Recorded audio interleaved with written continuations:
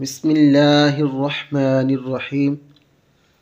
وَأَنفِقُوا فِي سَبِيلِ اللَّهِ وَلَا تُلْقُوا بِأَيْدِيكُمْ إِلَى التَّهْلُكَةِ وَأَحْسِنُوا إِنَّ اللَّهَ يُحِبُّ الْمُحْسِنِينَ۔ اور اللہ کی راہ میں خرچ کرو اور اپنے ہاتھوں خود کو ہلاکت میں نہ ڈالو، اور نیکی کرو، بے شک اللہ نیکی کرنے والوں سے محبت فرماتا ہے۔ وَأَنفِقُوا فِي سَبِيلِ اللَّهِ، اور اللہ کی راہ میں خرچ کرو۔ راہ خدا میں خرچ تو مال کے حوالے سے ہے، لیکن رحمۃ اللہ علیہ نے اس آیت کا مطلب یہ بیان کیا کہ اللہ تعالیٰ کی فرما برداری اور اس کے رضا کے کاموں میں اپنی جان اور مال کو صرف کرو، خواہ جہاد سے ہو یا رشتہ داروں سے حسن سلوک یا اللہ تعالیٰ کی کمزور اور غریب بندوں کی مدد کی صورت میں ہو۔ وَلَا تُلْقُوا بِأَيْدِيكُمْ إِلَى التَّهْلُكَةِ، اور اپنے ہاتھوں خود کو ہلاکت میں نہ ڈالو۔ خود کو ہلاکت میں ڈالنے کی بہت سی صورتیں ہیں،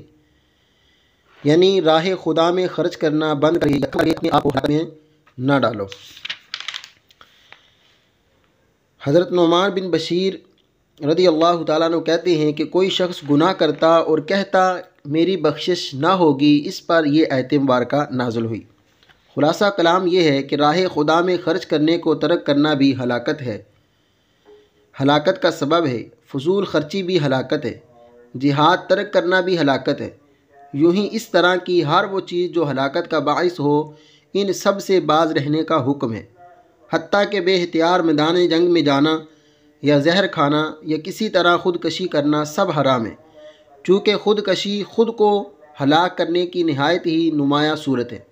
لہٰذا یہاں اس کی وعید بیان کی جاتی ہے۔ چنانچہ خودکشی کے بارے میں نبی پاک علیہ السلام نے ارشاد فرمایا، جس نے پہاڑ سے گر کر خودکشی کی وہ مسلسل جہنم میں گرتا رہے گا،